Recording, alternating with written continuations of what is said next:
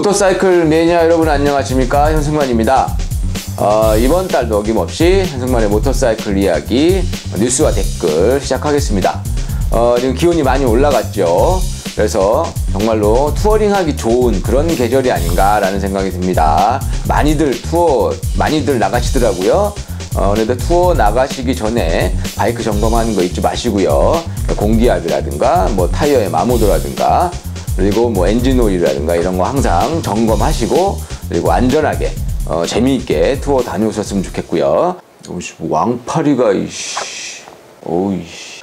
그러면요, 이번 달에도 여러 가지 뉴스들이 들어와 있는 게 있습니다. 여러분들께 뉴스 말씀드리고, 그리고 지난달 콘텐츠에 올라온 댓글 소개하는 그런 시간 갖도록 하겠습니다. 먼저 뉴스부터 말씀드리겠습니다.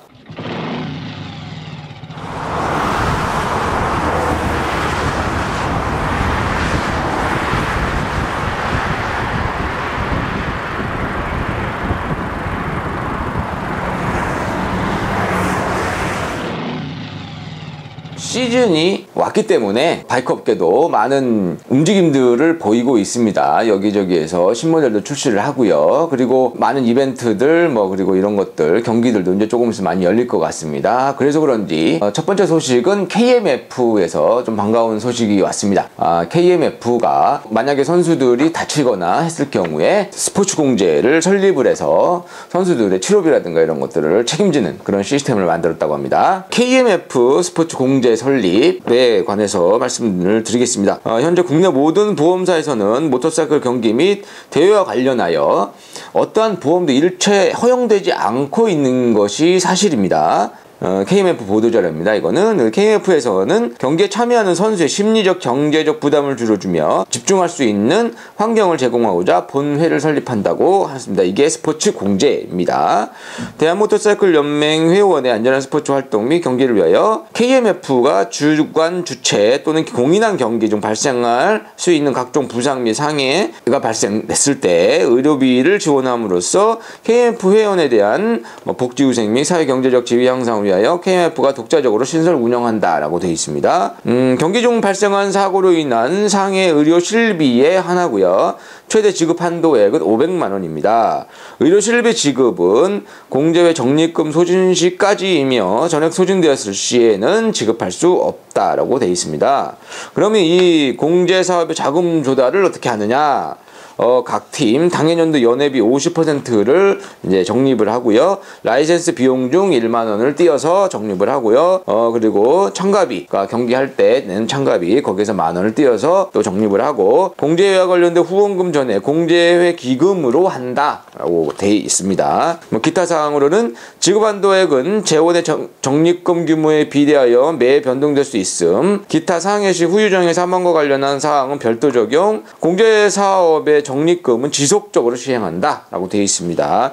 자세한 사항은 KMF 홈페이지에서 확인하실 수 있습니다. 이런 것들은 선수들이 빨리빨리 알아서 혹시라도 부상을 입었다거나 이랬을 때 병원에 가서 이 스포츠 공제에 가입되어 있으니까 치료비를 주시오 라고 KMF 요구할 수 있는 것입니다. 이거는 KMF 공식 홈페이지에 가서 확인하실 수 있습니다. 한번 확인해 보시고요. 두 번째 소식은 할리데이비슨에서 들어온 소식입니다. 할리데이비슨 라이더들의 모임 호그 코리아 챕터는 5월 14일부터 2박 3일간 강원도 태백 레이싱파크 및 오투리조트 일대에서 제12회 코리아 내셔널 호그 랠리를 진행했었다고 합니다. 1999년 호그 코리아 챕터 창단 이후 매년 진행됐고요. 할리데이비슨을 소유하고 할리데이비슨 라이프 스타일을 공유하는 라이더들의 동호회이다. 그리고 제12회 호그랠리는 약 700여 명의 국내 참가자와 400여 대의 할리데이비슨 모터사이클들이 모였다고 합니다. 국제 호그 매니저 브루스 모타 씨도 해당 랠리에 참가해 한국 호그 회원들과 축제를 즐겼다고 합니다. 특히 랠리 둘째 달 5월 15일에 국내 건전한 레이싱 문화 정착하기 위해 시작되는 코리아 바이크 스피드 페스티벌 일정 관람도 했다고 합니다. 다음 소식은 문차퍼스 이전 소식이네요. 대한민국 최초 모터사이클 멀티플렉스인 이륜관과 문차퍼스가 함께 오픈하였습니다. 문차퍼스가 이륜관 안에 더 오픈을 했다는 거죠. 한강이 보이는 6번 국도상에 위치하에 있으며 커스텀 바이크부터 라이크 및 바이크 파츠까지 한눈에 보실 수 있는 새로운 복합 공간 이래입니다. 오셔서 구경하시라는 뉴스죠. 경기도 남양주시 와부 팔당리 792번지가 이 주소입니다. 이름과는 저도 아직 안 가봤습니다. 한번 가봐야 될 텐데. 그리고 쇼웨이 헬멧에 대한 뉴스인데요. 쇼웨이 헬멧이 한국에서 정식 런칭이 돼서 판매에 들어간다고 합니다. 5월 26일부터 판매 개시를 하고요. 각종 신제품을 이렇게 주문을 하면 이제 택배로도 보내주고 이렇게 이 쇼룸도 있다고 합니다. 그래서 쇼웨이 RI 코리아가 생긴 이후에 쇼웨이도 후발주자로 일본 그 명품 헬멧 시장 그 한국 시장에 뛰어드는 모습입니다. 앞으로 선전을 기대해 봅니다. 이상 뉴스를 말씀드렸습니다. 다음은 지난달에 올려주신 소중한 댓글 그리고 사연들 이런 것들을 소개하는 시간을 가져보도록 하겠습니다. 잘했다 엄마.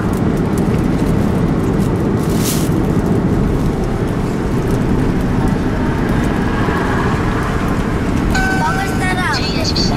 네.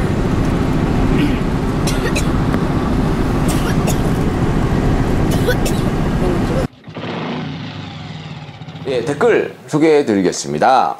혹시 이제 좋은 글이 있다든가 이런 것들을 제보를 해주시면 또 댓글을 소개해드리고 뭐 이런 시간을 갖도록 하겠습니다. 첫 번째는 제 카페입니다. 별다른 건 없습니다. 그동안 제가 했던 기사들, 썼던 기사들 이게 조금 계속 조금씩 업데이트하고 있고 제가 만들었던 방송을 그냥 이렇게 좀 이게 데이터 창고 형식으로 이렇게 쭉 이렇게 쌓아놓는 뭐 그 정도 카페고요.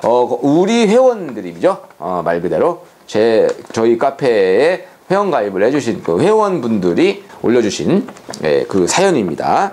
이유성님, 참고로 제 카페에 들어오시는 분들은 무조건 실명입니다. 100% 실명.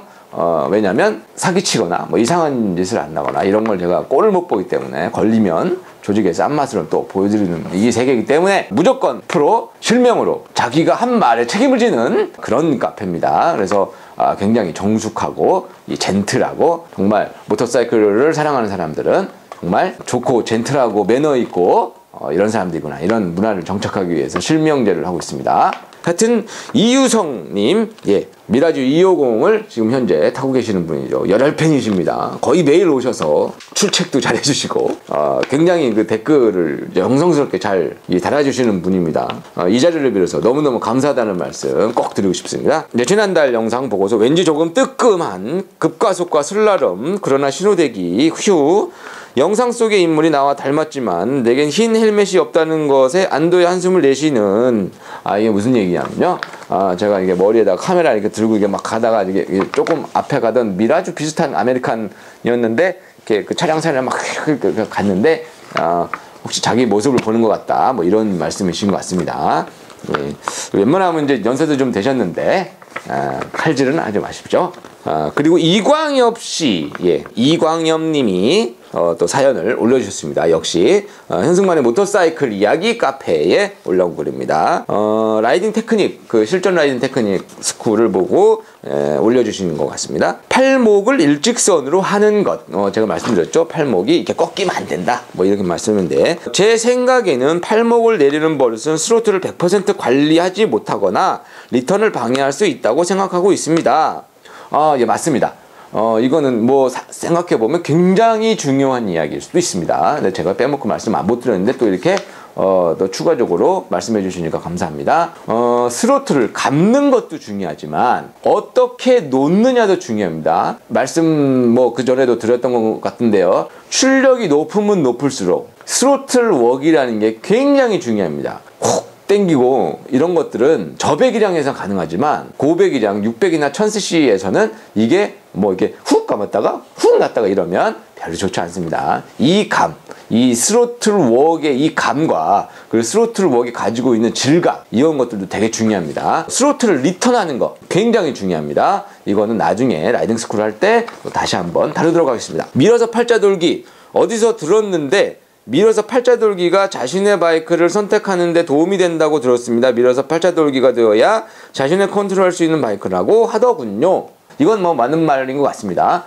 그렇게 해서 팔자 돌기를 이렇게 했을 때 원활하게 되면 이게 이제 자기가 다루기에 만만하다는 거죠.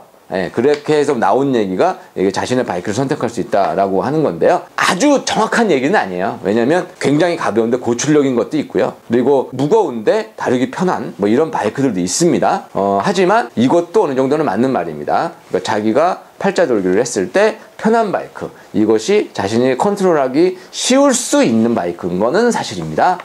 좋은 말씀 감사하고요. 그리고 또 이광엽 씨가 굉장히 하실 말씀이 많습니다. 뒷바퀴 락, 엉덩이와 다리로 감을 잡아서 안전한 상태로 바이크를 복귀시키는 방법에 대해 궁금합니다. 고속으로 달리다가 뒷바퀴를 락 걸어봐야 그 상황을 만들 수 있을까요? 제 바이크는 줌머 50cc죠. 그리고 트리커 250입니다. 왠지 위험할 것 같은 기분이. 당근 위험하죠.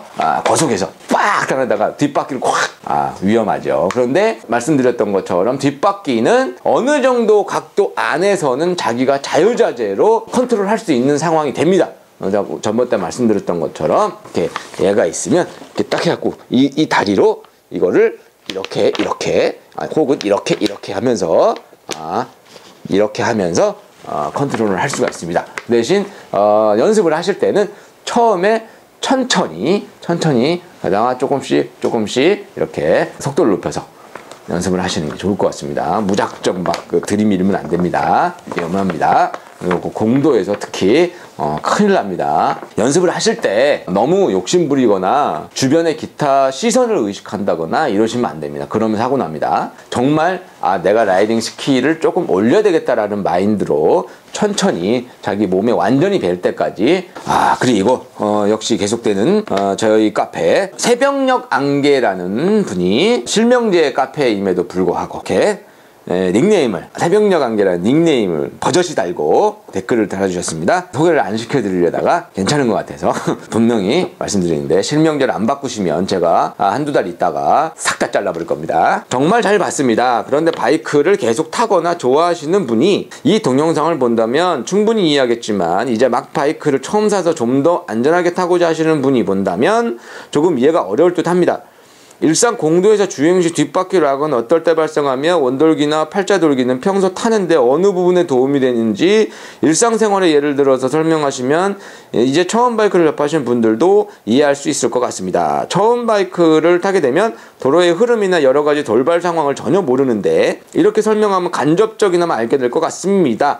현승만님 덕분에 대한민국 이륜차 문화가 더욱더 발전됐으면 하고 간절히 바라봅니다. 라고 좋은 글 내셨습니다. 뒷바퀴가 락되어 있는 부분들은 두바퀴 있기 때문에 그렇습니다. 앞바퀴보다 항상 뱅킹을 할 때 뒷바퀴가 먼저 미끄러지죠. 그래서 뒷바퀴가 전체적으로 가다가 쓸데없이 락되지 않습니다.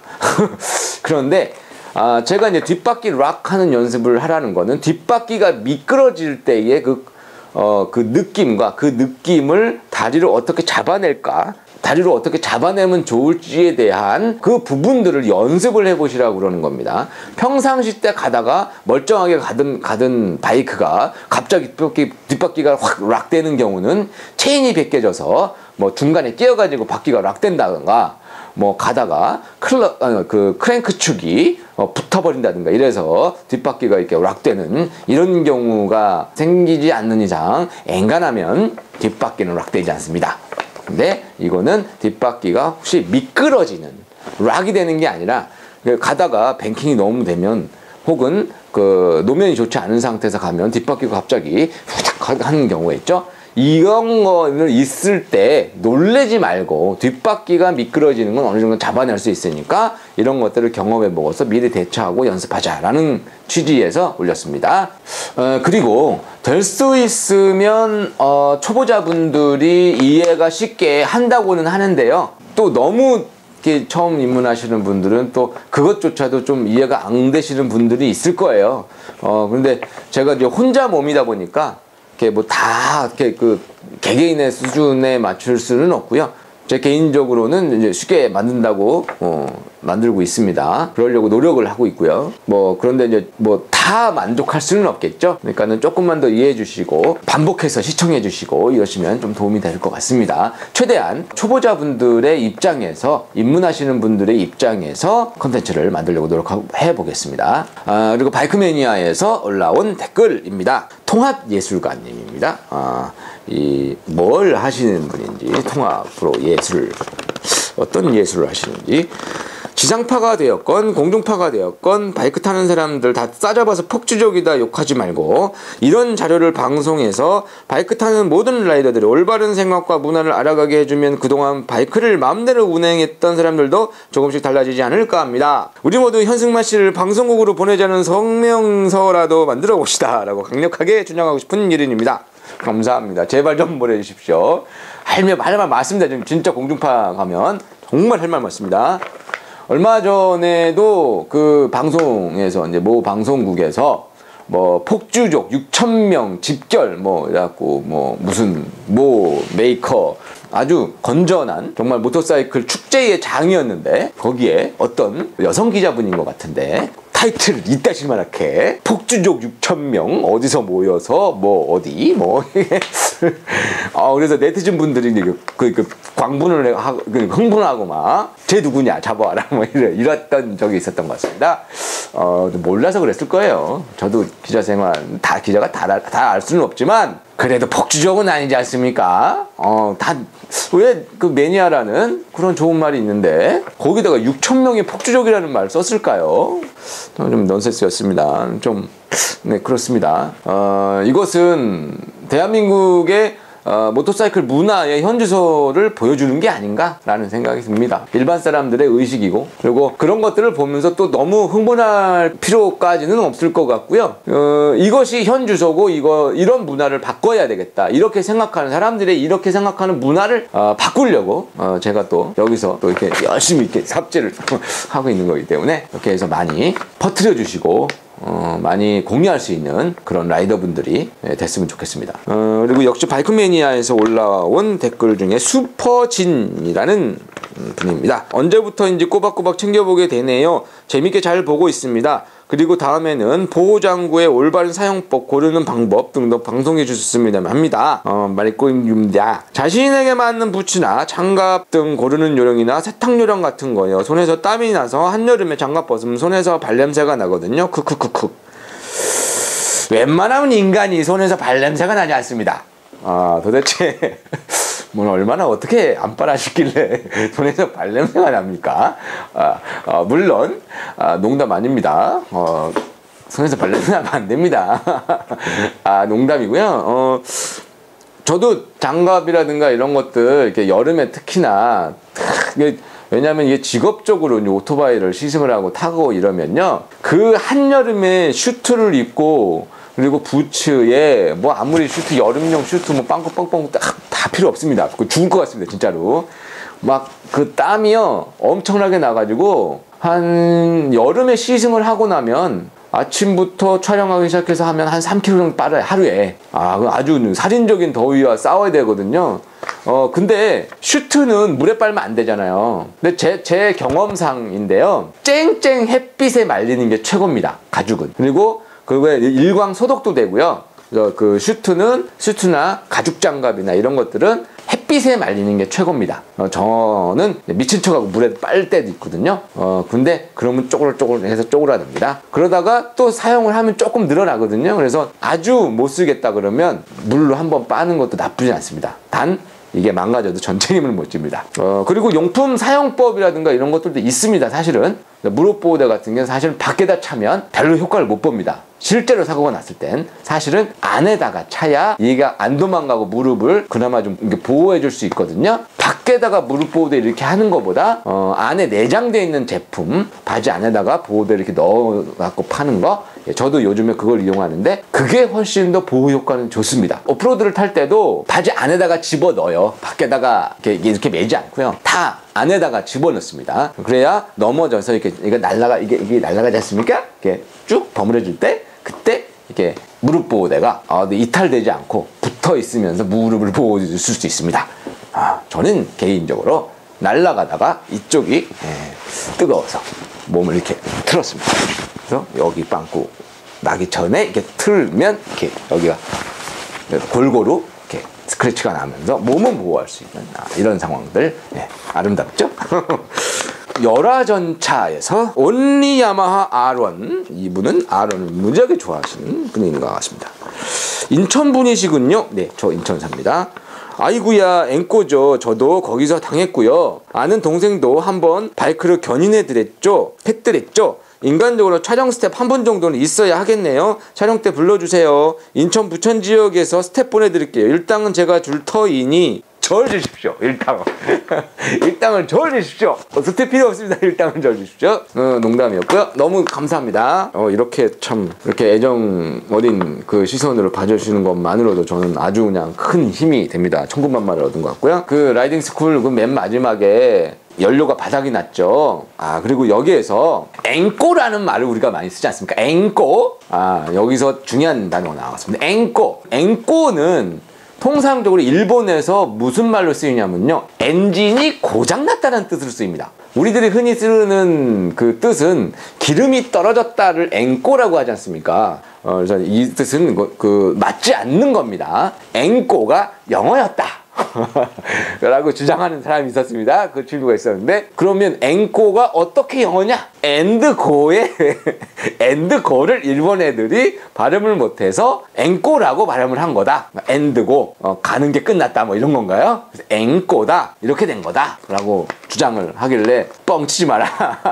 그래서 그 친구가 이야기하는 이 근거는 뭐냐면, 주유량 표시되는 거 보면 F와 E가 있지 않느냐. 그래서 E가 엔드고의 그 약자, 그거다. 그건 아닌 것 같습니다. 엔드고가 앵꼬는 아닙니다. 바툼에서 올라온 글입니다. 바이크 튜닝 매니아에서 나쁜 남자님이 그냥 감으로 타고 있긴 하지만 이론상으로 생각하면 뱅킹 중에 잘못된 브레이킹은 슬립으로 이어질 것 같거든요. 역시나 감으로 타는 건 위험하겠죠? 뱅킹 중에 갑작스러운 상황이 오면 어떻게 브레이킹 하는 게 좋을까요? 라고 해주셨습니다. 이건 되게 중요한 내용이라서 제가 채택을 해서 소개를 해드리는 겁니다. 뱅킹 중에 갑작스럽게 문제가 발생됐습니다. 그러면 저도 사실 그 초보 시절에 뒷브레이크라든가 앞브레이크를 급조작을 해서 뱅킹 중에 날아가거나, 가장 많은 유형이 뭐냐면 뱅킹 중에 급작스러운 사고, 그러니까 문제가 발생이 됐어요. 그러면 순간 머릿속에서 막 돌아가잖아요. 야 이거 어떡하지? 웃잖아 이걸. 막 이러다가 브레이크를 잡으면 뒷바퀴가 락돼서 날아갈 것 같고, 그냥 주행을 하자니 코스를 이탈하거나 갖다 쳐받을 것 같고, 그러면서 머릿속에서 무지하게 복잡합니다. 그러다가 갈등을 때리다가 두 눈 번이 뜨고 넘어지거나 갖다 박습니다. 그런데 이거를 극복할 수 있는 방법을 제가 한 6개월 전에 브레이크 기초 브레이크 레버 잡는 법에서 말씀을 드린 겁니다. 이게 뱅킹을 들어갑니다. 뱅킹에 들어서 바이크가 이렇게 누웠죠. 누워서 이렇게 갑니다. 그러면 제가 말씀드렸던 것처럼 브레이크를 잡는 방법이 이렇게 해서 이렇게 잡는 거 아니라고 했잖아요. 이렇게 해서 이렇게 잡는 거 아니라고 했잖아요. 항상 꾹 초기에 브레이크 레버를 잡을 때 발도 마찬가지입니다. 이제 뒤에 후륜 브레이크, 풋브레이크도 마찬가지죠. 그리고 뭐 스쿠터 같은 경우에는 뭐 둘 다 레바니까 이거를 꾹 이렇게 하는 거지 팍 이렇게 잡는 게 아니라고 했잖아요. 여기에 모든 비밀은 숨겨져 있고, 뱅킹 시에도 이걸 응용해서 천천히 뱅킹을 한다고 해서 뱅킹에 돼 있는 상태에서 문제가 발생됐다고 해서 당황하면 안 됩니다. 당황하는 게 아니라 거기에서 미세하게 정확하게 부드럽게 브레이크 레버를 잡는 게 중요합니다. 그래서 이것이 평상시에 연습이 돼서 내 몸에 완전히 배어 있어야 이 상황이 발생됐을 때 이걸 대처할 수 있는 것이지, 머릿속에만 알고 있다고 해서 모터사이클은 이렇게 하면 돼. 그 상황에서 급박하게 지금 막 0.5초면은 이게 갖다 이렇게 빵 하게 생겼는데 거기에서 그래 이게 그게 안 됩니다. 사실은 이거는 거의 무조건 반사적으로, 사실은 조건 반사지만 무조건 반사적으로 자기가 테크닉이 몸에 배어 있어야 되는 겁니다. 그래서 계속 제가 말씀드리는 게 지속적으로 테크닉을 연마해야 되는 겁니다. 이게 그래야지 뭐 갑자기 뭐 이게 이론을 알고 있다고 해서 라이딩 테크닉 스킬이 갑자기 확 올라갈 거라고 생각하시면 절대로 안 되고요. 이것을 계속 꾸준히 연습을 하셔야 됩니다. 그리고 이것도 뱅킹을 할 때 브레이크 레버를 잡는 것도 제가 이제 그 라이딩 테크닉 하면서 영상으로 좀 자세하게 보여드리겠습니다. 제가 자료를 뒤지다가 과거에 기자 시절에 받았던 일종의 팬레터 같은 겁니다. 근데 한 4년 전이네요. 제가 바이크 매거진이라는 잡지를 창간해서 편집장으로 있을 때입니다. 그래서 제 글을 보고 어르신 한 분이 보내온 그 사연입니다. 너무 감명 깊고 저한테 뜻깊은 글이라서 한번 소개시켜 드리려고 이렇게 가지고 나왔습니다. 이분이요, 박형수 선생님이세요. 목포시 용당 1동에 사시는 분인데요.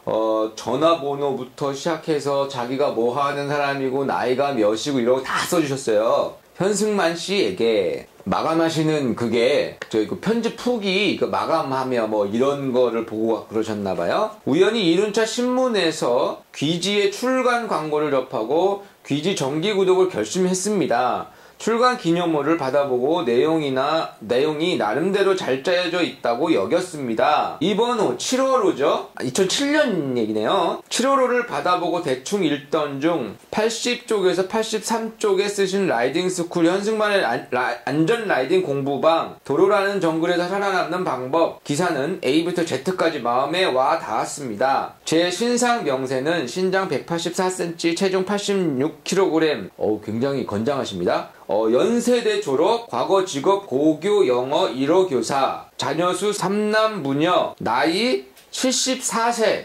당시에 74세신 거예요. 모터사이클 라이딩 경력 약 35년, 현재 저의 에마 효성 미라주 GV 650cc, 학창시절 농구선수로 나름대로 활약하고 유명한 연고전에도 출전하기도 했습니다. 지금은 흰손, 백손, 한문을 적어주셨어요.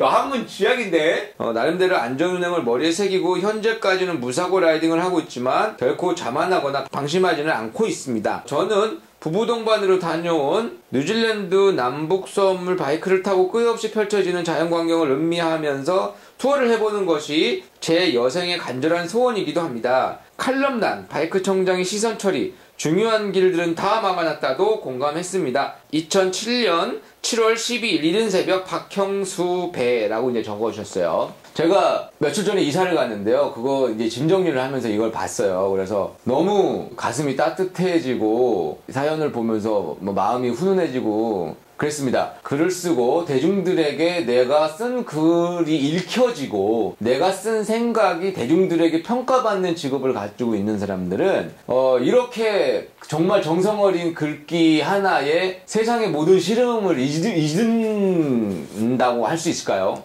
그렇습니다. 제가 요즘에 너무 여러 가지로 좀 피곤한 일이 많았었습니다. 정신적으로나 육체적으로나 경기는 안 좋아지고 뭐 이런 상태였는데 우연히 이걸 보고서 굉장히 큰 용기를 얻었습니다. 아직 나에게 이렇게 많은 분들이 관심을 갖고 계시는구나. 내가 하는 일이 결코 헛된 일은 아니구나라는 생각을 하게 만들어준 그런 글이 아니었나라는 생각이 듭니다. 박형수 선생님께 다시 한번 감사드리고요. 그냥 일반 정말 공중파였으면은 전화라도 해서 전화통화라도 해보겠는데 뭐 좀 그런 시스템이 안 갖춰져 있어가지고요. 제가 어떻게 하는지 몰라서 너무너무 감사하고요. 지지난달과 지난달 보내주신 성원에 너무너무 다시 한번 감사드린다는 말씀 전하고 싶습니다.